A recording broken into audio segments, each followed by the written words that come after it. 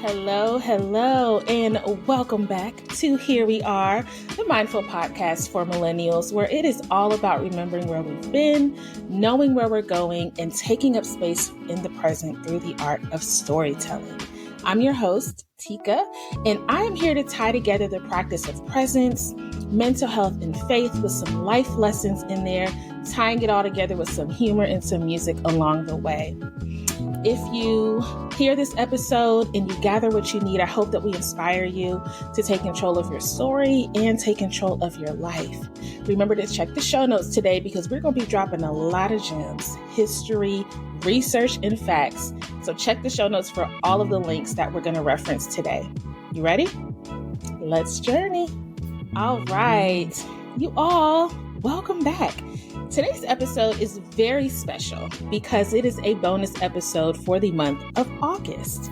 And you may recognize our guest, Miss Krystle Dorsey, who graced us with her presence on episode 5, Make It Work, where Krystle was sharing all about her story of how various factors like faith and community helped her achieve and reach the successes that she has today.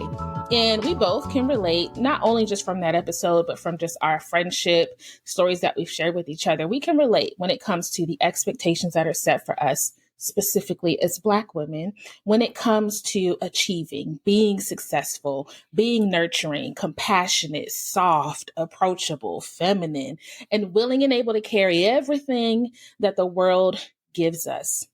In other words, being the strong Black woman. So, we're going to talk about that today. First, where did the strong Black woman originate? But I want Krystle to kind of clue everybody in on why this topic is important to us and how we even got here. So, Krystle, tell them a little bit about how we even got to this episode, because it's a bonus, it's special, it's not what they are expecting. So why is this important to us? How did this come up?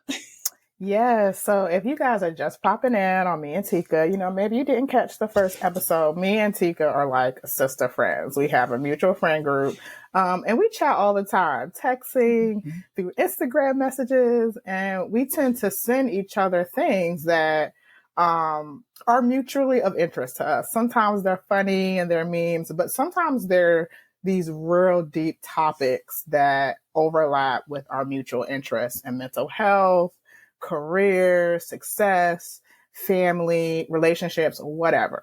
Okay. And so, I believe it might have been actually Teka's story. I was following Teka's story one day and she had posted this post and it says, I quote, it says, "My therapist said something in our last session that I can't get out of my head. Black women don't often recognize that we're struggling with depression and anxiety. Instead, they think they're failing."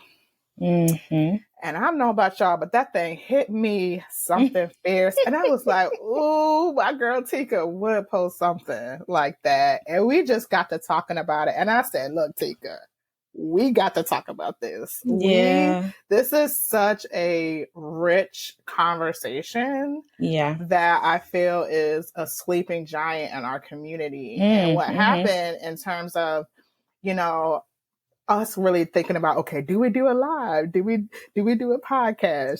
Sneak peek. We gonna do both. We're gonna do both for y'all. This is just part one. We realized it was a multifaceted conversation. Yes. Like this layered. That's right. That's the perfect word. We realized it was a layered conversation and it couldn't just happen in one sitting. However, we decided that in our brainstorming, this really comes from the strong Black woman archetype, stereotype. It's called multiple different things. And so we looked at that thing and we studied that thing. And now here we are with you guys talking about it. Yes. Bringing it into the fold. You expressed that. You explained that beautifully. Yes, y'all. A lot of conversations happen offline in person, but of course, IG DMs, text messages, this came up. And many people may recognize that post or may have never heard of it. So we'll also drop the link for that in the description. But just so we can give credit to the author. But from that conversation, Krystle and I were like, okay, so we definitely need to acknowledge that this whole archetype, schema, stereotype of the strong Black woman, it's affecting us in a lot of ways, right? Through whether it's our physical health, our mental health, our social health. But we don't want to just jump to the impact of having to carry the strong Black woman identity. We want to talk about where this even originated. Why is it? Period. Why is it? Why is it a thing? Where did it originate? So today's episode, in part one of this 3-part, we'll call this a series or experience, is going to be about the historical and societal context of the strong Black woman. So we're going to jump into it by talking to you all a little bit about the history of it. Get out your pen and paper, y'all, because we're going to be going through some articles. Start to annotate if y'all need to. We'll drop them in the link. These are all scholarly articles also. So although Wikipedia surprised us with this topic because it gave us a lot of links and they cited a lot of scholarly articles. But I'll start us off by reading what the strong Black woman traits are.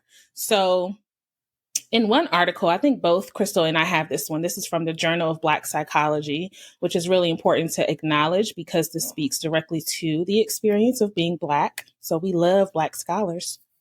They said, regardless of the name, most scholars ascribe 2 central tenets to these overlapping images, henceforth termed SBW, or the strong Black woman.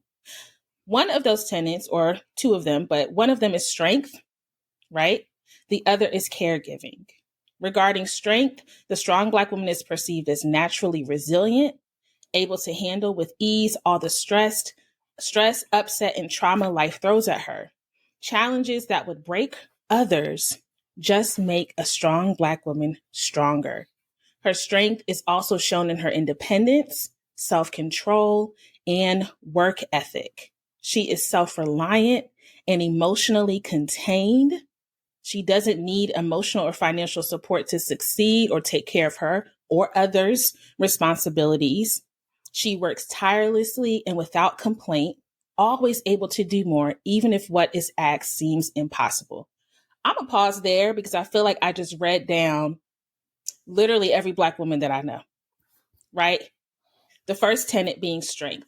Why do you think strength is one of the main tenets, one of the main 2 tenets of being a strong Black woman? I mean, it's in the name, strong, but why is that specifically one of the tenets? Why do you think, Krystle?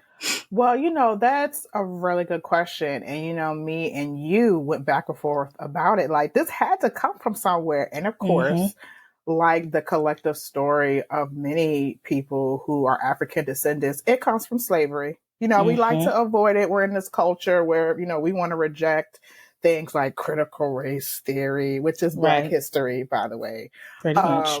And all these other, trendy terms. But it does. When we looked at it, we found that the strong Black woman is a conglomerate of the mammy stereotype with the angry Black woman. It's kind of like a mixed thing, like the nurturing, the taking care of, the reliability from the mammy stereotype that came from history, about Black women, but also about the independence and the strength and the resiliency and the no nonsense from the angry Black woman. Yeah. But if we want to get even deeper with the historical context, if we want to get even deeper than that, the reality is we had to be.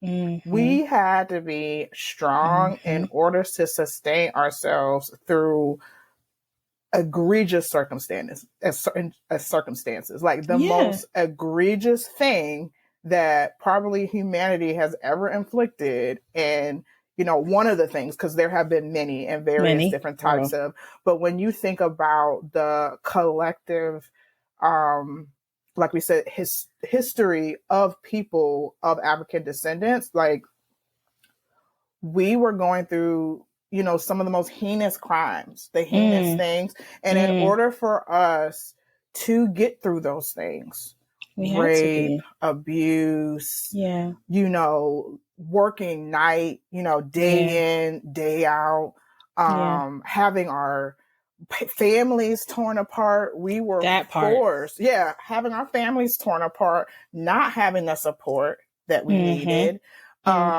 Being exploited. One of the articles explicitly, said it so beautifully in terms of we had to be strong. Yeah. And so over time, what that has done is it's put us in a stereotype. Yeah. Yeah. As a result of see. what we needed to do in order to survive. So it came out as a survival mode. Exactly. It's a survival mode. Tactic. We are basically in survival mode. I think you touched on it too. You said this historically started in enslavement, right? I know that it can be a touchy subject for most, but for Black history, this is our history. And so we have to acknowledge it, right? Throughout American history, the Black family has been separated, torn apart. And so we've had to use, we meaning women, Black women specifically, have had to use limited access to resources to survive. So we literally, like Krystle said, had to be strong because we had to provide for ourselves, other people, our families, and essentially take on the roles that were kind of left absent and void when the family was separated, right? And we know that happens through many factors of systemic oppression, whether it be through now in today's society, incarceration, unemployment, even a shorter lifespan. Black men are dying sooner than Black women are. And so those factors contribute to us having to take on this role of a strong Black woman, right? So now that we know kind of where this started, we want to talk about how this is perpetuated, right? How are we contributing? And I say we by the Black collective, the diaspora especially, but the Black collective in America, how are we perpetuating this stereotype in both positive and negative ways, right? Because for some of us it works, but I don't want to hop to that yet. Go ahead. I want to back up really quickly because we talked about slavery from like the survival mode aspect, but I think we might have forgot about the caregiving aspect too. Because, we hop right past caregiving. Yeah, we I think we're talking as a great conversation. I just want to hint that the caregiving aspect comes from slavery as well, because we were often the caregivers of not just our masters or enslavers or oppressors' children, but we then had to take care of our own children and the children of, people that were brought into our community, maybe in plantations and things like that. Because we're talking about, the family being split up. So if Massa bought X amount of people and those had children in it, when it was brought to the plantation, we took care of those children. Everybody had to. So what take nurses, care of everybody. The cooks, the nurses, actually. So I just wanted to hint to not just so focus on the survival mode of just like the strength and the enduring oppression, but also that's good. Where the stereotype and the idealization of that caregiving aspect, the self-sacrificial caregiving aspect of it too, before we jump into the societal. I'm glad you talked about that. Yeah.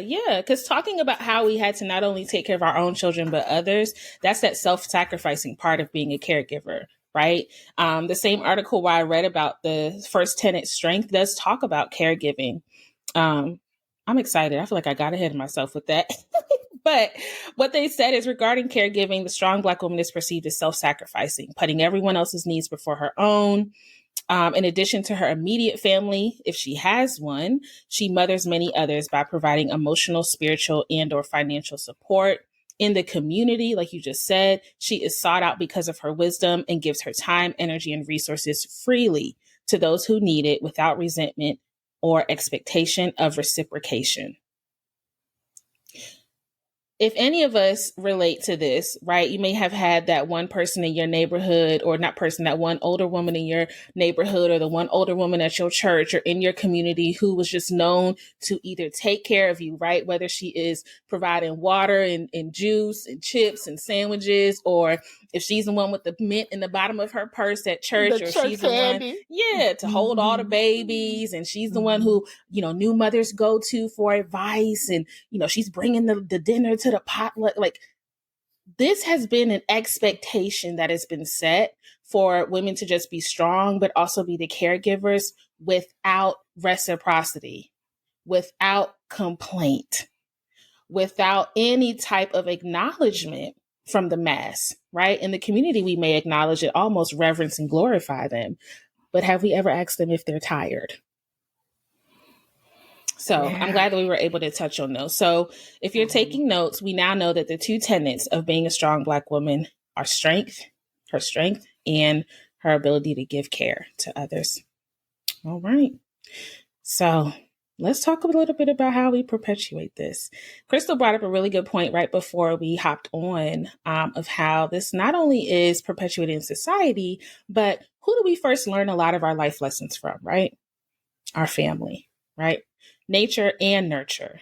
So we're going to talk a little bit about how this is seen and developed and almost glamorized within the family structure, specifically under the matriarchs. So yeah, Krystle, if you wanted to start or have a thought about that. I will, because like we said, the articles that we read were so powerful. And I can't find the exact line while I'm reading it, but it was talking about this comes from three things. Oh, no, it says modern research echoes previous findings and notes that strength is modeled and covertly communicated to Black girls by their mothers and other matriarchs. This is very key, as well as affirmed through the media and peers. This was the article by Sex Roles is the journal that this comes from. And I found this to be so powerful is because a lot of the things that influence us and how we operate in the world come from things we can't even remember. Right. Right. And I shared this with Teka when I found that, because I was thinking, oh man, I could really think of as an adult how it's perpetuated in the media. But there were some things that growing up, we see as well, how our mothers operate in the world, and I loved how the Sex Roles Journal said as well, and the article is in their own words, the meaning of the strong Black woman schema among Black U.S. college women, talking about other matriarchs.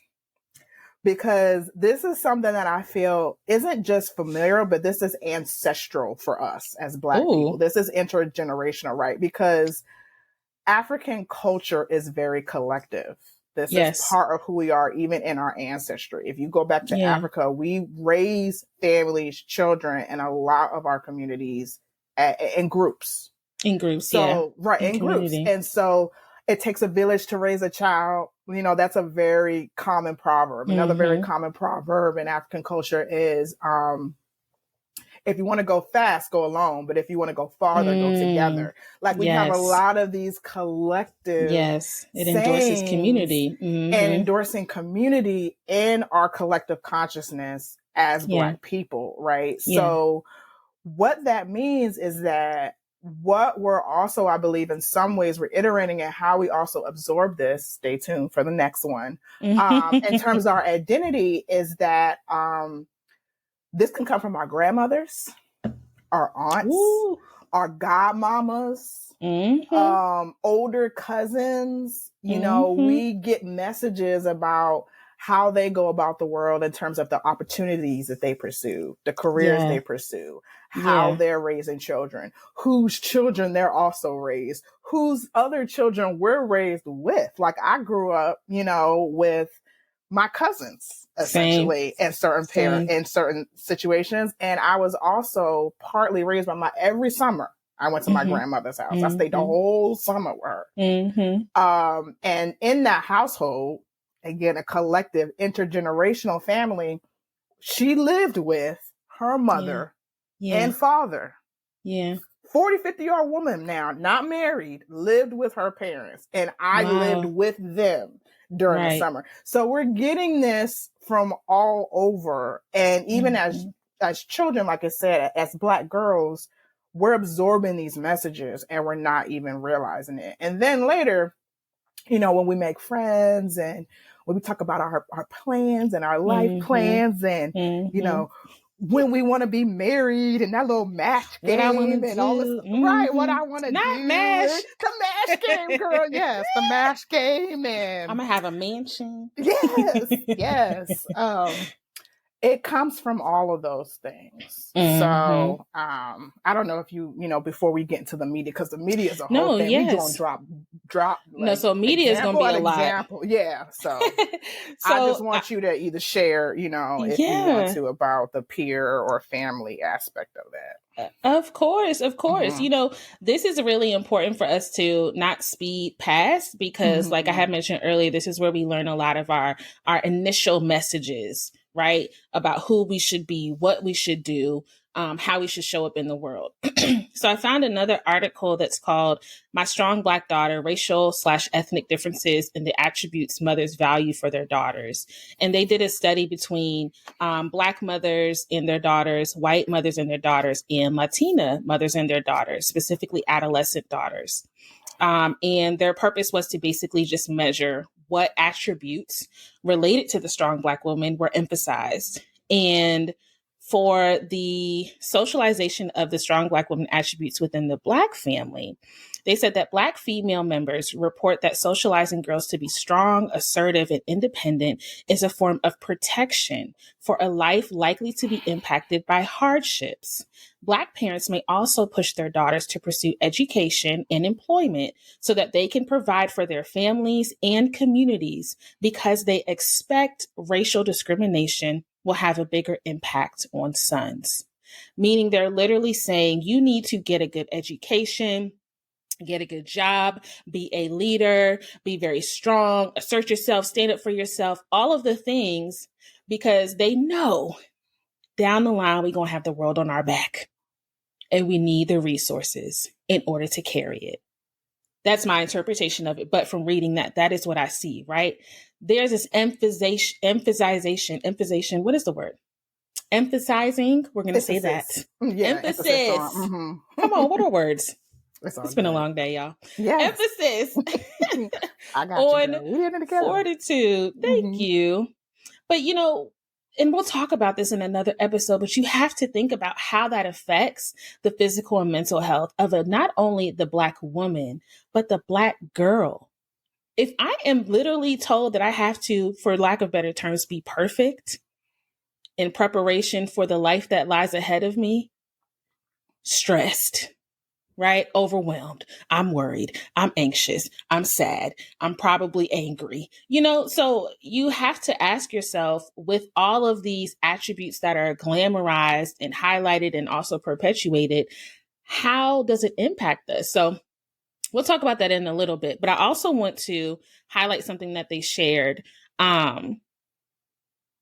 Let me see. Krystle already said it, that we learned this from watching. And I can relate, because Krystle mentioned spending the summers with her grandmother.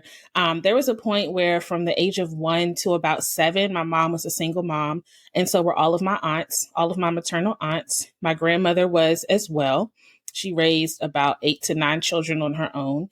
And so I observed and watched the cycle of, one, not only single motherhood, but also having to be a strong Black woman to provide, not just for yourself, but the collective. Because my cousins and I will also spend time with our grandmother, our great grandmother. A lot of things happened at her home. And so all of these were matriarchs and we didn't know that at the time, but now looking back in retrospect, these were the matriarchs that we observed and we got all our messaging from. Right. So we were taught there were some benefits to it, right? Because, of course, if my grandmother and great grandmother were entrepreneurs, myself and all of my cousins literally are entrepreneurs. That's a blessing that we were able to get that messaging and hold on to it. But also, a lot of us may or may not have struggled when it comes to relationship, career, education, because there's this expectation that we have to live up to. And some of us are excelling. Others of us have required a little bit more assistance, and that is okay. It looks different for all of us. But there was this pressure and expectation, especially in the girls, to be not even reach the bar, above the bar. Set a brand new bar, matter of fact. So that was a lot of pressure. And one of the articles, the article that I just read from, they basically said existing research with Black women suggests that holding the strong Black woman ideal can have psychological benefits and costs for adults. Right. And they said future research should examine whether maternal beliefs, right? So we're talking about the matriarch and the messaging that we get from observation as well as conversation, how those beliefs about the strong Black woman attributes have a lasting impact on the parent-adolescent relationship, one, but also on our mental health. So if you have, even as we're talking and you start to recall your own messaging or your own experiences with the familial, more specifically matriarchal messaging of the strong Black woman, you're not alone. We can relate. And you may look now at your mothers, your aunts, your godmothers, your grandmothers, your great-grandmothers, the matriarchs, the women in your family through a different lens as we're speaking about this, because they did not know any different. Again, this was passed down generation to generation, starting maybe even before, but definitely heightened in enslavement. And so this survival tactic, again, like we said in the beginning, this is in our DNA. And so this series that we're doing about the strong Black woman, we're hoping not to just bring awareness to what this means and the historical context and the impact of it in today's society, but also how can we not necessarily circumvent it, because again, it has its benefits, but how can we integrate another experience so that we're not burning ourselves out? So yeah, first was nurture. Now we're going to talk about nature, right? So what has society, culture, how has that perpetuated the strong Black woman stereotype? So let's start. I'll start, Krystle, if you want to start with kind of just saying what you found. I'll let you start with saying what you found in terms of the media. Yeah, so me and Teka, again, went back and forth about basically the strong Black woman lives in our consciousness in terms of the messages that we constantly see about ourselves, whether it's people making stories about us, or it's even in some ways Black movies, Black TV shows, Black books. We didn't even get into books. Dang, we forgot all about the books. We forgot all about books. And about music. Okay. And so music is a big one, especially in our culture, especially with the evolution of hip hop. But what we really explored is this goes a little bit deeper.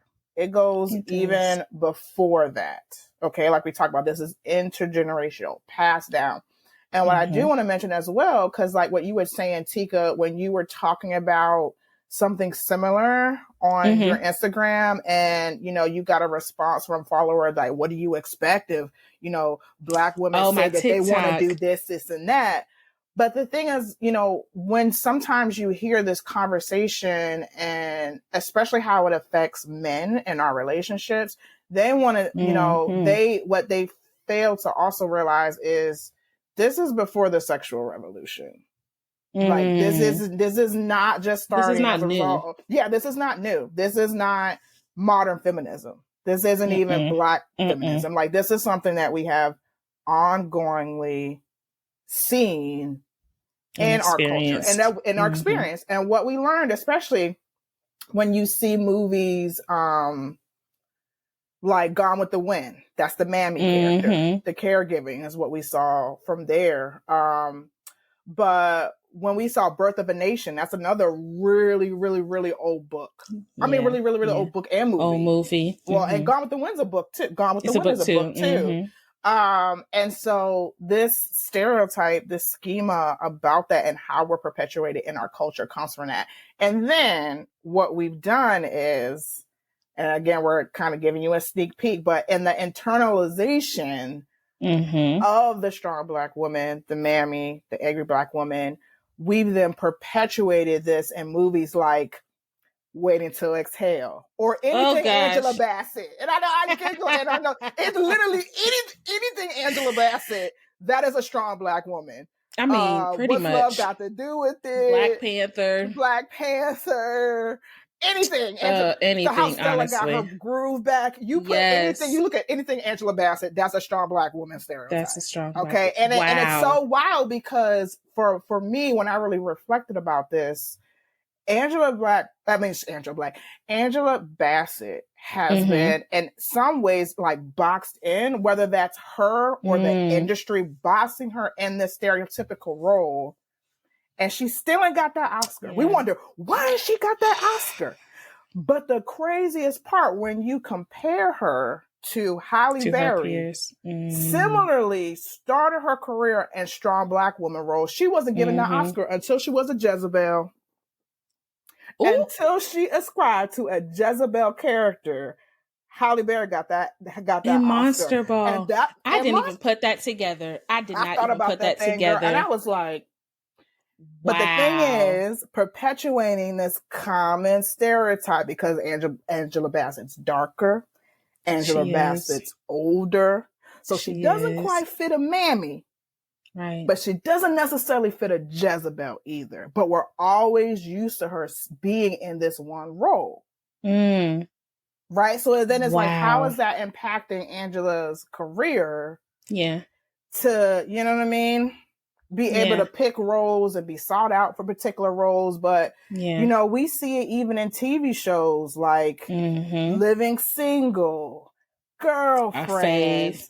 And you know what other thing? The Cosby Show. And I really thought about that thing, the Cosby Show, because I know we revere Claire Huxtable. We do. But I think about the dichotomy of Claire Huxtable. That was not realistic. She is a lawyer working 68 hours a week. Full-time lawyer. Full-time. Supposedly with roughly 6 kids. I about to say with 50 little kids.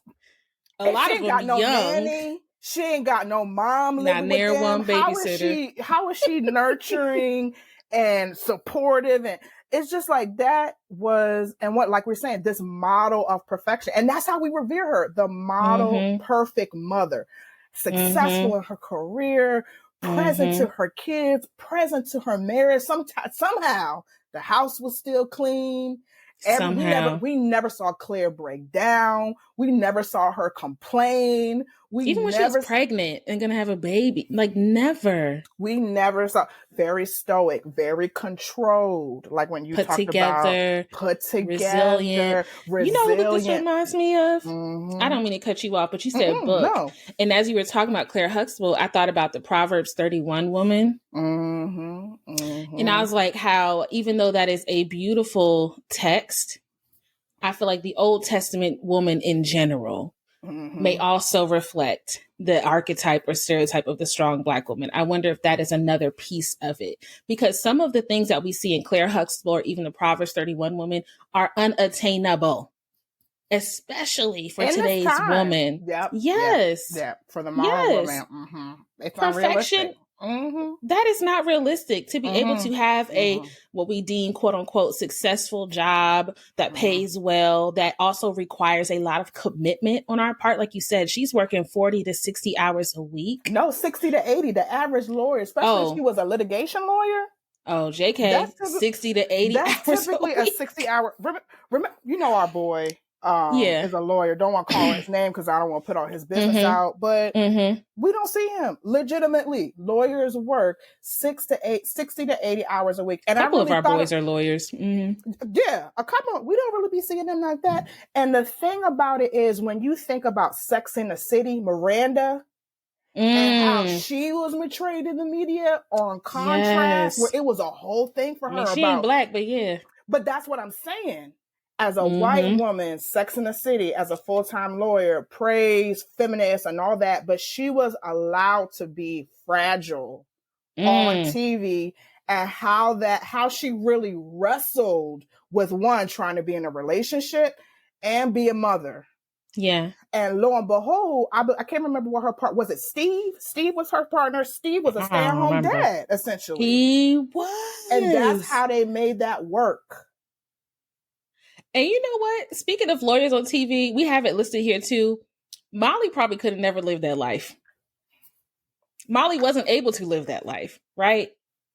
She was scared to even appear vulnerable. I think she was also trying not to live out the life that her mom lived, but that's another episode. But we get that so much without cutting you off, because it's not just, so again, we talking about one, Insecure, Molly from Insecure, but we see that in Maxine from Living Single. Yes. We see that with How to Get Away with Murder, with Viola Davis's, the Scandal character. Scandal with Olivia Pope.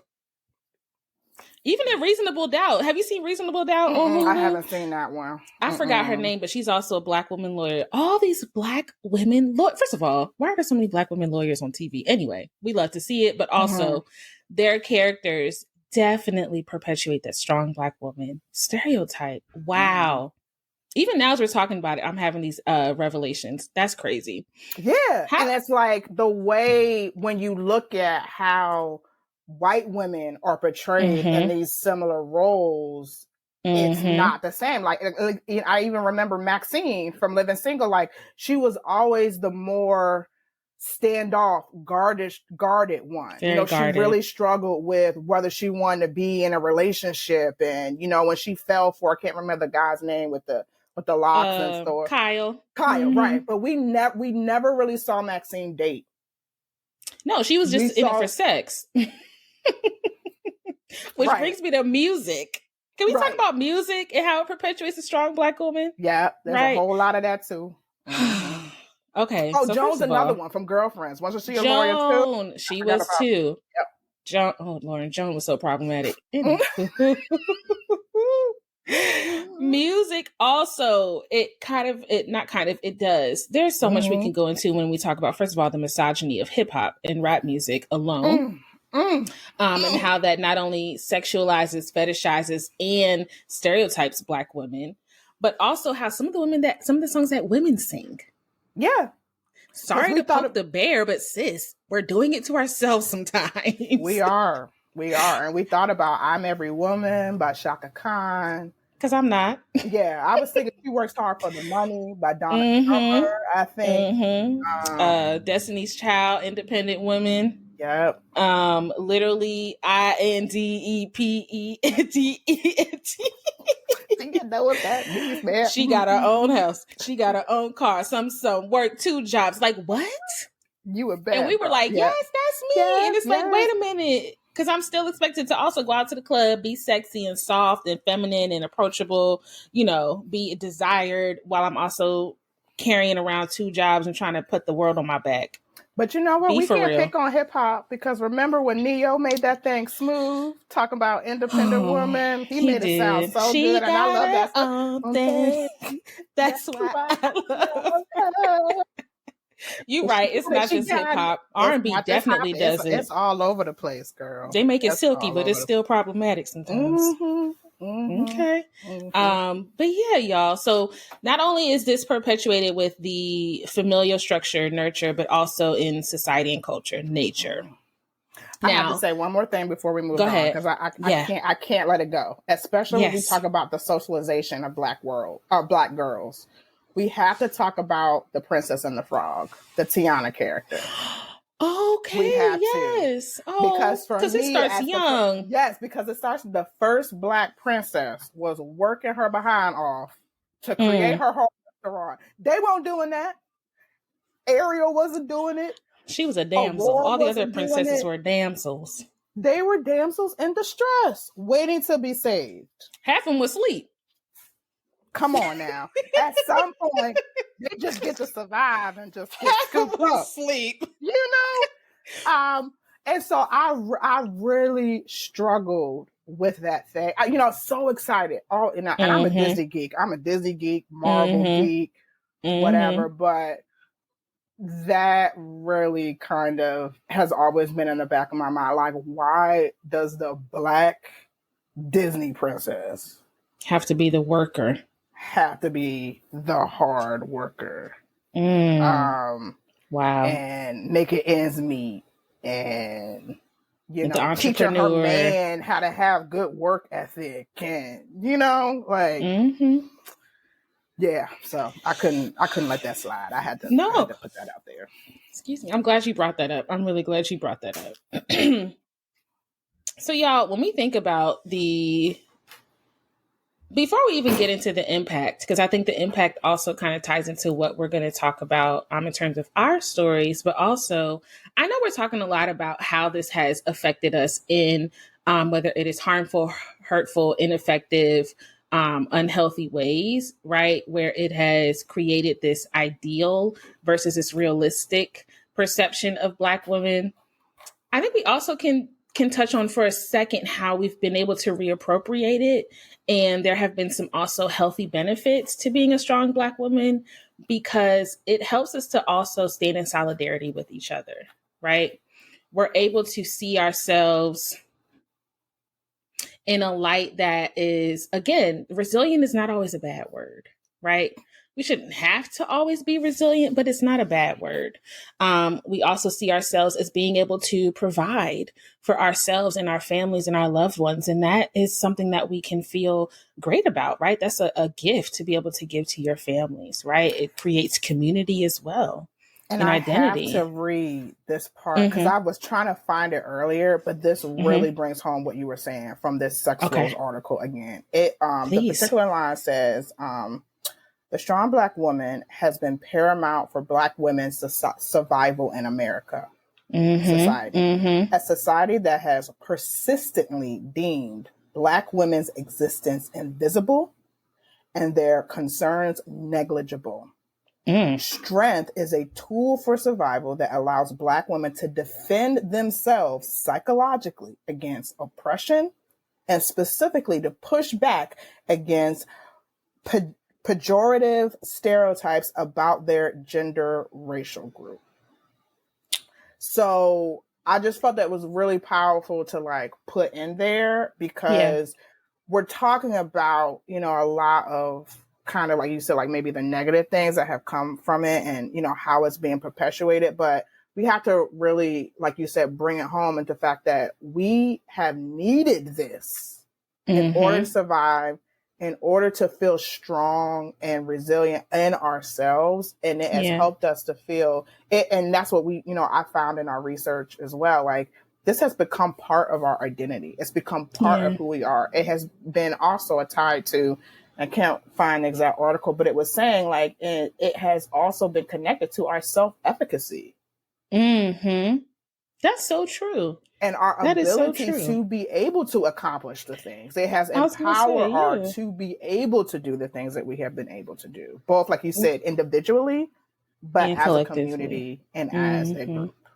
Yeah, because we've had to learn a lot. We've had to learn and adapt and to take on a lot of skills and resources and gifts and talents that have helped to carry and help to move along the Black family, right?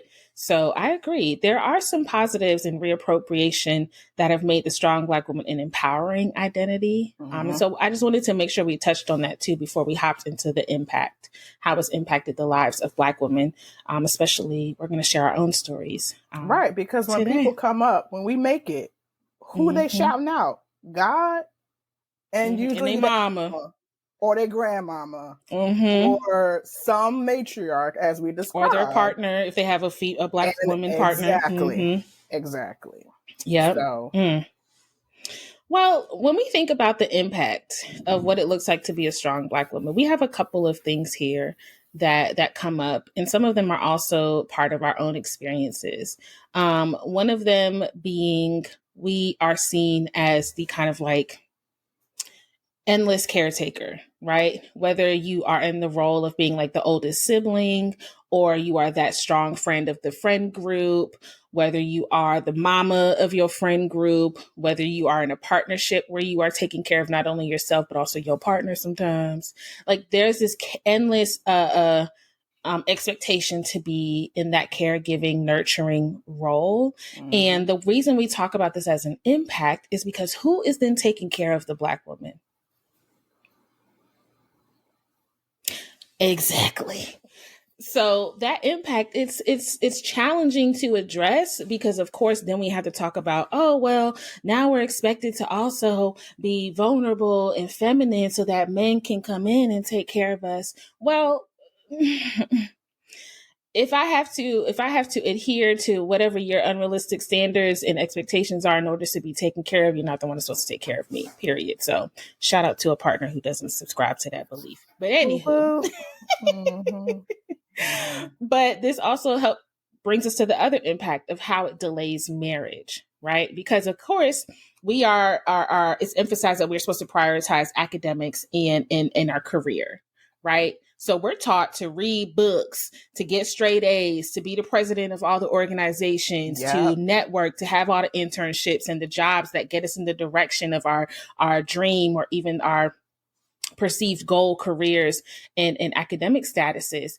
But are we taught about healthy and fulfilling relationships, or how to engage in interactions with, romantic interests that also, contribute to our experience in this world, right? It's wonderful to be able to financially provide for ourselves and to say, yes, I was a scholar.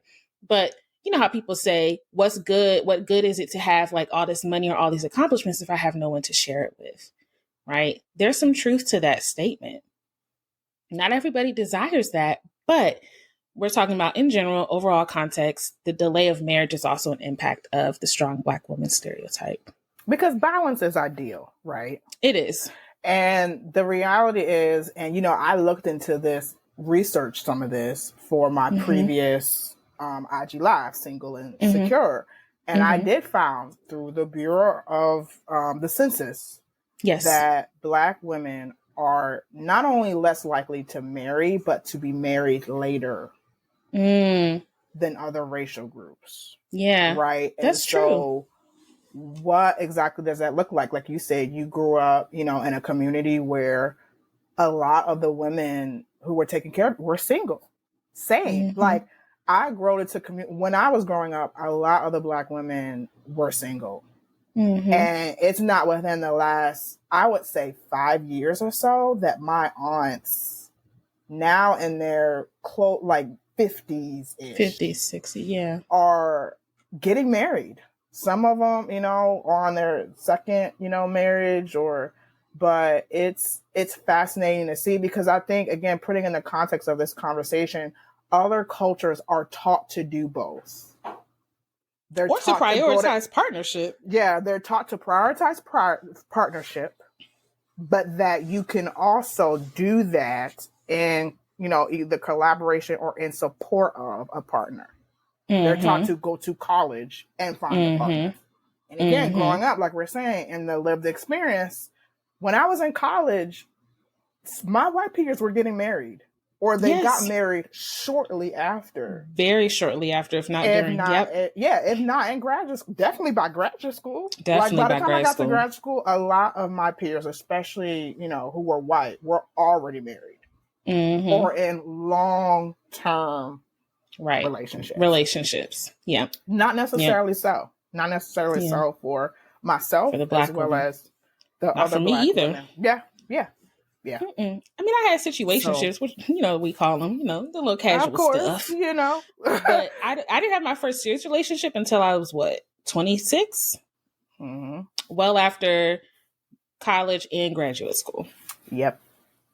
Because I graduated graduate school when I was 24. So, yeah. That's one of the impacts. Relationships intermittently, but they were short-lived. Because it's like, I can't figure out how to balance it all. How to balance it all. And I felt like we were also just like, the messaging is different. I feel like it really is different. Like, the messaging is just different. So we just weren't yoked, or we weren't, you know what I mean? Like, we weren't on the same page. We didn't value the same things. We weren't going in the same direction. But I didn't get messaging about how to do that or how that was possible. And I do feel like other previous generations in the Black community as well, because there is a shift when you look at it historically around like the 60s and 70s, and we can go on a whole rabbit hole about stuff that was going on around time back then. But I'm in my mid-30s now, and I'm just now finding, my partner, again, shout out to your partner, who values the same thing about life and communication. And I can't say I really had that when I was younger. No, I had maybe one, not like at you said, all. around 26. You know, it just didn't work out with that particular partner, but Right. Same. And that kind of brings us to our own stories. We've talked about it throughout this episode, but I think that is one of the impacts in our own stories. I think for me, of course, there was a delay in serious relationships. But also there was one of the articles I read talked about how surprisingly the strong Black woman expectations and the stereotype didn't necessarily contribute surprisingly to anxiety symptoms, but more so depressive symptoms, which brings us to our original, the post that inspired this entire series, where it talks about how Black women feel like we're failing. Feeling like we're failing or letting someone down is one of the questions that are all actually on the patient health questionnaire that's used when we measure the intensity or severity, the presence or severity of depressive symptoms, right? So if we all of a sudden, feel like we're not meeting the expectation to get a job at a certain point, or we're not reaching the milestones to have a relationship, or we're not able to have this ideal, successful, career, or go to graduate school and then also get a PhD, like all of those things, right? Yeah. We feel like we are failing when literally we're experiencing, and this is another episode, but high functioning depression, right? There is an overwhelming correlation between the strong Black woman attributes having to, or those being perpetuated based on society and familial aspects, and the symptoms of depression, right? Yeah. So yes, that is also my experience, right?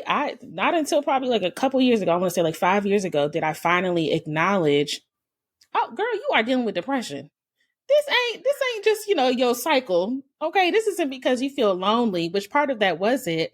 But it was also the overwhelming residual effect of growing up, seeing a lot of the expectations or the lives that my parents or my mother and my aunts and my grandmother, great grandmother were living, how that set an expectation for me, and how along the way, it did not feel either fulfilling or didn't feel like I could reach that expectation or that milestone. So that overwhelmingly probably contributed to it. So I could go on and on, but I know this episode, we're going to talk about this again, y'all, and I'll drop it before we end. We're going to talk about this in 2 more parts. So yeah, for you, Krystle, too, as we're, coming towards the end, do you recognize the impact in your own personal story?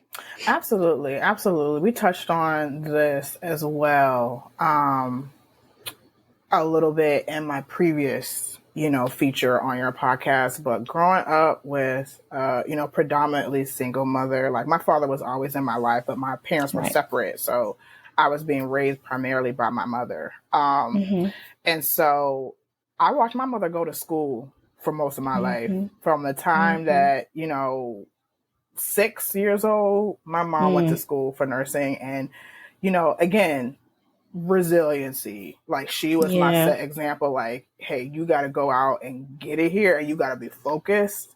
But I literally don't remember much of my mother particularly when I was in elementary school, because she was either getting her undergraduate degree, and then she went to school and got a master's. So that example is being set.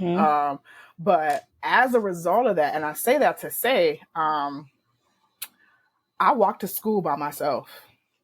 Shout out Hampton, Virginia, woo woo. I grew up in an apartment community called Todd Mill Lane. It was roughly 3 to 4 blocks away from my elementary school. And I remember walking as early as 3rd or 4th grade alone. Wow.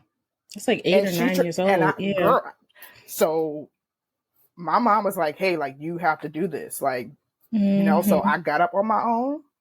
I got myself dressed on my own.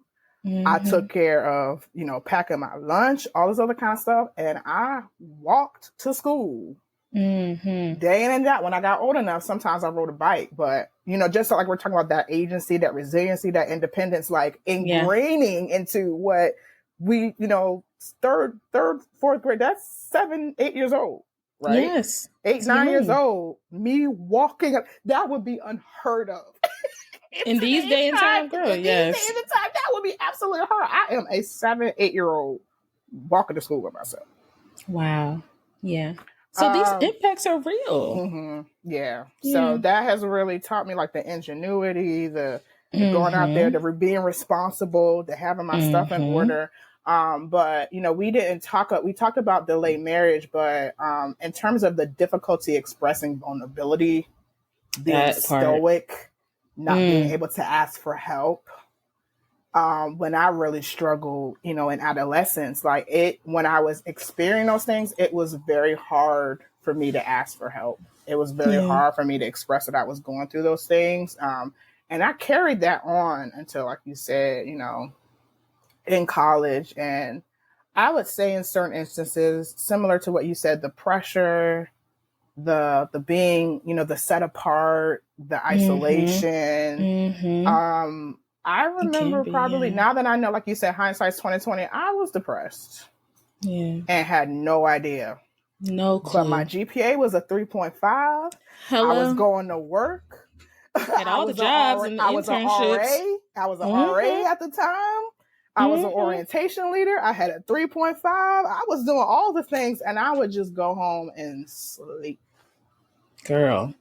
When I was same, or I just wouldn't be motivated. It's like I was on autopilot. I was a robot.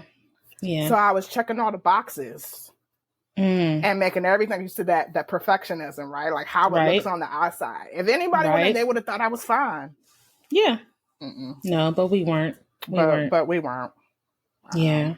So I would say that's the primary thing I could think about too. In terms of the impact, which shows. Impact. Although we can feel empowered by the identity of a strong Black woman, it shows that it's not working, right?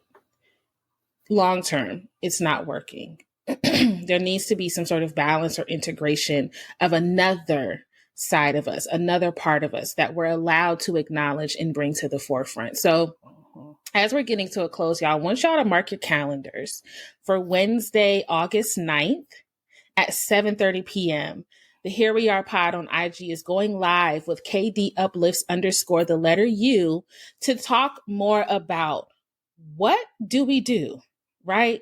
What do we do when this no longer is working for us? What can that look like? Okay. This is going to be where we talk about how we have internalized this stereotype, right? And how it shows up in our relationships, how it shows up in the workplace, and more specifically, how it affects our mental and social health. So again, mark your calendars for Wednesday, August 9th, 7:30 p.m. The Here We Are pod and KD uplifts _ you on Instagram. We're going to be talking about this. This is going to be part 2 of this series, Relax, Relate, Release, the Strong Black Woman. All right, y'all. We gave y'all a lot of history. I hope y'all had y'all notes. We're going to put the articles in the description, of course, so you all can read them, get educated about this. The awareness needs to be increased. And this is not at all, I don't know why we even have to make this disclaimer, but this is not at all a notion or some sort of declaration that Black men are also not needed and important, right? But we are highlighting the experience of Black women here, right? Because we are Black women and we the bomb. So we're going to center us for this moment, okay? Y'all going to be all right. Yes. We really want y'all to really listen and think and reflect. Please. Because that's one of the reasons why we're doing the IG Live, because we want to talk with y'all. We want to hear your experiences. We want to bring you all in the conversation. So we really hope y'all come through, pull up August 9th, 7:30. We can't wait to talk to you guys about it. Yes. Invite a friend, invite your mama if you need to, so she can get a little bit of this word and so she can share her experience too. But thank you. Thank you so much. All right, you all. So we're going to hop into a segment we know all about on this podcast called Gift. That is our gratitude practice. The G stands for gratitude or goal. The I is for intention. The F is for faith or focus. And the T is for take action. And so this gratitude practice, again, is something that you don't have to just participate in when the podcast drop. Y'all can do this every day. Get your pen and paper, write down that acronym, or go on Instagram. I have a reel that explains how to think and process and reflect through this very practice. But when we think about gratitude, and specifically in regards to being a Black woman, also the identity of a strong Black woman, my gratitude is for sure spaces where I can take off that hat where I can take off that mask, that cape of having to always be strong. I'm glad that there are places where I can have a soft place to land, where I'm no longer expected to just take whatever the world throws at me and be okay about it, where I'm allowed to cry or be vulnerable or, even show, I don't like to say signs of weakness, but just show that I'm not okay and that is okay. So I'm really grateful for that. My intention is to continue to raise awareness and to embody the unlearning of this expectation that we have to always be strong. It works. That part of us works in some parts, but I want to embody the fact that we don't have to be only that there are other parts of us that can be integrated into our experience and identity. My focus is going to be to really sit with my story. Like we were able to do this even today together, Krystle, in retrospect, and have these epiphanies and realizations of how the strong Black woman historical context and then in today's society has affected us generationally. So really, I want to unpack that some more, maybe even talk to my mom about it. And then take action is, of course, I'm going to be talking to y'all on August 9th about this. Come and join us. This episode is dropping on, this is probably a Friday, August 4th. So make sure y'all set your calendars. If I could send out a Google Calendar to all of y'all, I would, but set your calendar. I really want to take action and discuss this more with you all. So hop on the IG Live. All right, Krystle, what is yours? Yes. So my gift or gratitude is the women who inspire me, right? I'm grateful for, again, like my grandmother, who was definitely it's so important of being able to expose me to things, in her role, in her position in my life. The things we did when I was with her in the summer, I mean, it just literally shifted, the way that I thought and the things that I knew were achievable for me. Yeah. And again, even my mother, and, like the example she was able to set, and we've had challenges at various, times. I've talked about that before, but the example she set about being able to accomplish a goal and achieve it. And the way that woman as well taught me about managing your money and credit. And see, there's benefits to being strong. Yes. I feel that I have been as healthy in terms of being able to be on my own when I needed to be on my own as a result of the examples that were set. And even my madre, I talked to my madre as well. Like, I feel like having that example from another woman of color, she was an example of a balance, what I will, because we get a lot of these strong examples, right? But she also taught me to be more in tune with my feminine side, where I feel like before I didn't really have that. So again, those matriarchal examples that I've had in my life are my gratitude. My intention is to really think about the balance for myself. They're always similar to your F. My E is just like to be really intentional with, when am I trying too hard? Ooh. When can I back up? When do I need to speed up? And when do I need to slow down? Do I need to reach out to a friend more? Do I need to reach out to my family more? Do I, what I mean? So that's good. Really being intentional about the balance and what that looks like for me. F is faith and focus. Faith or focus. Or either or. And I would say my focus, and this is almost a little bit, but just to be in tune with my community, I feel more. To really focus on, like, when can I be supportive, or when can I be supportive of my community and the strong Black women in my life. Like really trying to focus on, okay, do they need help and they're not asking for it? Right. Yeah. I mean, like, be aware of that. Yeah. Being more focused on that. 'Cause sometimes I get I'm introverted too, right? I've talked about that Yeah. before. But just being in my own thing, just being Sometimes more we can tapped miss in. it. Mm-hmm, Yeah. mm-hmm. Yeah. So that. And then lastly, the take action is the same as yours.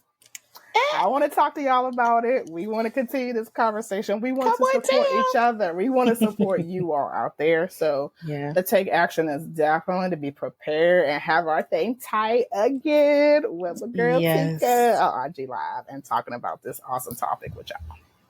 I love it. I love it. Yes, y'all. You see, we're emphasizing this. We want to talk to you all. So if you listen to this podcast or you watch us on YouTube, tap in, join us on Instagram Live. And of course, you already know we're going to put the link in the description. All right. Last part of the podcast, one of my favorites. I mean, all the segments are my favorites. I don't know why I always say that. All of the segments are my favorite. But this one is called Vibe Tunes ATM. And this is where we tap into the music. Now, the song that we choose can be related to the topic of the podcast, or it can be totally unrelated. Just whatever has been on our heart, on our spirit, playing in the car, really getting us through the days is music. I love live music, but I especially love new music. And the song I'm going to share is not necessarily new, but it's new-ish. And he's like a new-ish artist. His name is Joseph Solomon. And I actually saw him in concert a couple months ago, maybe last month or 2 months ago, because he opened for Emily King. And one of his new songs that he has out, he does a lot of covers on Instagram and YouTube. But one of his new songs that he has out is called Black Like You. And it's basically an ode to Black women, especially the dark-skinned Black women. So I love it.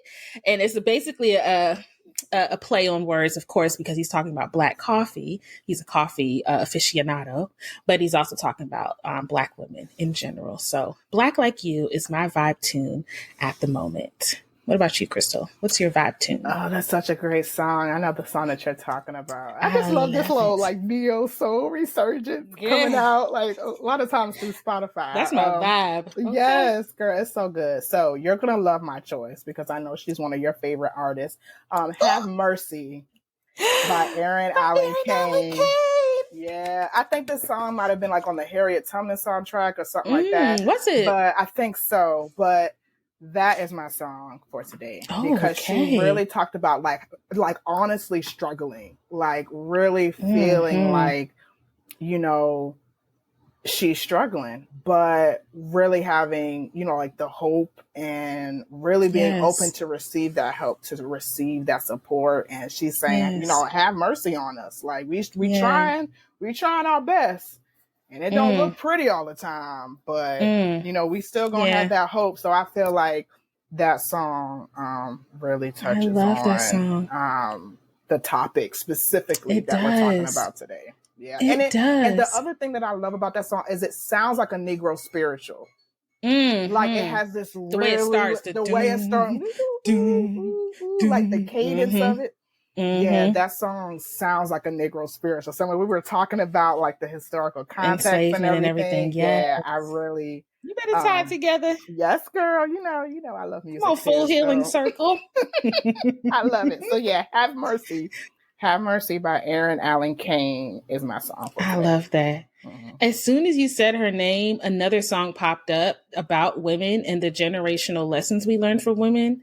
I don't know if you know what I'm talking about because I'm like, oh, should I save it for another episode? No, why not? We were talking about that intergenerational connection. So okay, so it's also by Aaron Allen Kane. It's called Fragile. And it's basically about how her mother taught her to build these walls and how her mother is a builder of walls and people, and how that has kept her from being able to be soft, or how actually her desire to be very guarded and less vulnerable has made her fragile. Very good song. So y'all tap into Aaron Allen Kane. I love her. I would love for her to go on tour. Girl, please go on tour again. Last time she was on tour was like 2016. Please come back. So I would love to see her. So those are good. All right. So we got Black Like You, Have Mercy, and by Aaron Allen Kane, and Fragile by Aaron Allen Kane. Black by You by Joseph Solomon. Really quick, because I know we bonded on it. So, I know we're going to get us out on time, but I know we bonded on it when we were brainstorming, but Superwoman by Alicia Keys. Alicia Keys. Such a powerful song. But I do feel like it really touches on that like resiliency, like the positive aspects of the resiliency part. And that, identity It part does. that we touched on today. So It does. I like that song too. All right, y'all. We got 4 songs to add to the Here We Are Vibe Tunes ATM playlist. Remember, you can check it out on YouTube. That is a growing playlist. Maybe one day I'll put it up on Apple and Spotify, but for now, check it out on YouTube. All right. Well, thank you all. And thank you, Krystle. Thank you for listening and watching the Here We Are podcast, a mindful podcast for millennials. Let's connect on Instagram at the Here We Are Pod, Facebook at Here We Are Podcast with Teka, and on YouTube at Here We Are Pod. And if you are loving the podcast, I'd be so honored if you go ahead and hit that subscribe button or follow button, depending on where you're watching and listening. Make sure that you rate, leave a review or a comment. We love to interact and engage with y'all. And if you want to share your story, whether it is a story just related to your life and your journey, or your story of being a strong Black woman, share that with us at an email called the HereWeArePod@gmail.com. Remember that your story can inspire and encourage others. Remember, Black women especially, to breathe in the now, be present, and take care. Bye, y'all.